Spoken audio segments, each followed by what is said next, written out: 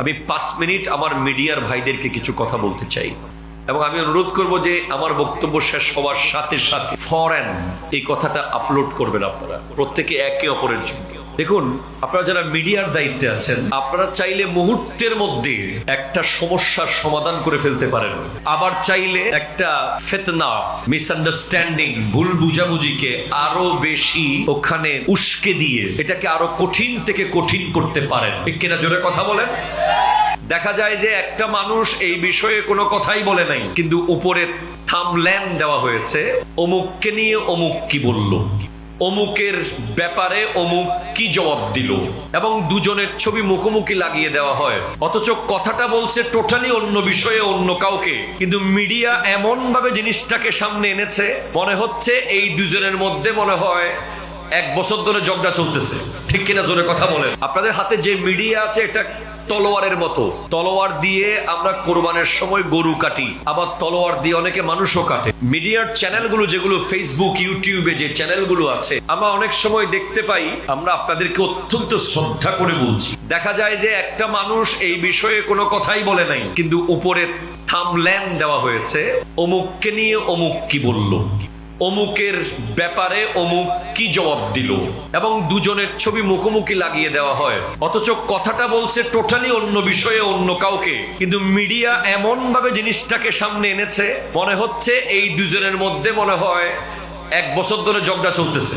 ঠিক কিনা? জোরে কথা বলেন। মনে রাখবেন, আমরা যারা মিডিয়ার সামনে কথা বলি, আমাদের ইজ্জত, মান, সম্মান এগুলো যত বেশি সুন্দর থাকবে, তত বেশি আপনাদের মিডিয়াগুলো বেশি বেশি কন্টেন্ট পাবে। ঠিক কিনা বলেন? একটা রাজহাঁস বা একটা স্বর্ণের ডিম পাড়া হাঁস, তাকে যদি আপনি একদিন জবে করে ডিম সব নিয়ে ফেলেন ভিতর থেকে, একদিনেই আপনি 1 মিলিয়ন ভিউ পেয়ে গেলেন। কিন্তু তাকে যদি আপনি বাঁচিয়ে রাখেন, ভালোভাবে তার ইমেজটা দুনিয়ার সামনে ফ্রেশ রাখেন, তাহলে আপনার জন্য সে নিয়মিত ওই স্বর্ণের ডিম পাড়া হাঁসের মতো আপনাকে দিতে থাকবে। ঠিক কিনা? জোরে বলেন। কিন্তু একদিনের ভিউতে আপনি তাকে ভিলেন বানিয়ে দিলেন দুনিয়ার সামনে। এবং আপনাদের মিডিয়া ভাইদের অনেক দায়িত্ব আছে। আপনাদের উচিত কোন একটা ফিতনা যখন জন্মগ্রহণ করে, সেই ব্যাপারটা আপনারা সবাই মিলে এসে বসে আমাদের সাথে ডিসকাস করা, হুজুর আপনাদের এই বিষয়টাকে আমরা কিভাবে তুলে ধরতে পারি। হ্যাঁ, আপনারা যখন কোনো বদ আকীদা পরিপন্থী কিছু দেখবেন, কোনো গালি আপনারা মিডিয়াতে পোস্ট করবেন না, কোনো কটূক্তি পোস্ট করবেন না। একাডেমিক, স্মার্ট, এডুকেটেড পিপল যারা একাডেমিক আলোচনা করবে, দালিলিক কথা বলবে, ওই দালিলিক কথাগুলো সুন্দরভাবে তুলে ধরবেন। ঠিক কিনা? জোরে কথা বলেন। আপনারা এই নয় যে সব সময় শুধু মিষ্টি মিষ্টি কথা ছাড়বেন, এমনটাও আমি বলছি না। আপনারা যেটা হক সেটা তুলে ধরতে হবে, যেটা বাতিল সেটাও তুলে ধরতে হবে, এটা আপনাদের দায়িত্ব। কিন্তু গালি, অশ্রাব্য ভাষায় কথা, একজন আরেকজনকে খোঁচা মারা, একজন আরেকজনকে ইনসাল্ট করা, এই বিষয়গুলোকে সামনে আনবেন, সাময়িকভাবে অনেক ভিউ পাবেন, কিন্তু এতে করে কওমের কোনো ফায়দা হবে না। আপনাদের দায়িত্ব হবে, যারা স্মার্টলি কথা বলে, অথবা এই বিষয়ে আপনার মন চাচ্ছে আপনার মিডিয়াতে আপনি কিছু দিতে চান, তাহলে আপনি ওই ব্যক্তির সাথে বসে বলেন যে আপনি জ্ঞান গর্ব কথা বলেন, একাডেমিক কথা বলেন, আমি আমার মিডিয়াতে এগুলো দেব। তাতে করে জাতি সঠিক তথ্য পাবে, সঠিক রাস্তা পাবে, ফিতনা দমন হবে। ঠিক কিনা? জোরে কথা বলেন। আমরা সেজন্য আপনাদের কাছে বিনীত অনুরোধ করব, আমরাও মানুষ, আমরা যখন মিডিয়ার সামনে কথা বলি, আমাদের 100 মাহফিলের মধ্যে একটাতে 1 মিনিট এদিক সেদিক হতে পারে।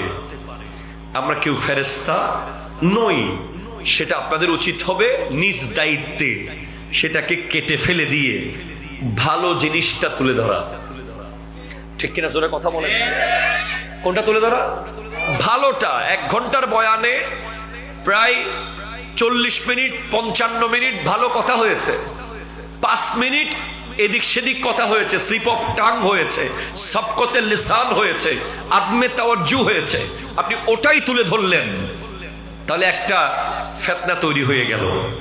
আপনার উচিত হবে ওই ভালো জিনিসগুলো মানুষের সামনে তুলে ধরা, যেগুলো তুলে ধরলে ইসলামের সুনাম হবে, সুন্নিয়তের সুনাম হবে, আমাদের সকলের সুনাম হবে। ঠিক কিনা জোরে কথা বলেন?